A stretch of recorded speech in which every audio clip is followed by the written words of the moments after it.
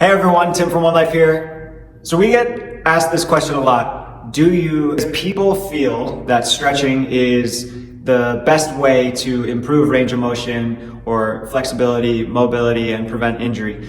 And it's not. And so I'm gonna show you what we do. What I mean by that is, instead of doing a static stretch, like reaching down and holding toe touch position, or a very popular sit and reach, stretching out your hamstrings, which it feels good, but really gives you no long-term range of motion improvements, or at least not as much as movement. So this is what we would do at One Life. For someone that struggles with hamstring flexibility, we would do something like an inchworm. So you would start in a push-up position, you would walk your hands as far as you comfortably can, and then walk them out. So what we're doing is we're moving in and out of our full hamstring range of motion.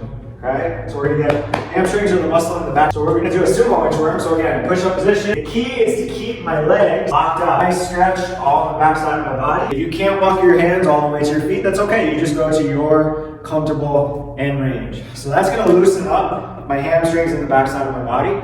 So that's one way that, warm-ups that we would improve range of motion. But now here's the key to keep that range of motion. If you use it and you load it up with a weighted exercise after, you keep that range of motion for a longer period of time, but you also build strength in that range of motion, so you own it. When you're weak in a particular range of motion, or especially like an end range, you're also susceptible to injury because you're weak. Okay, so here's what we would do after that. We would do something like deadlift.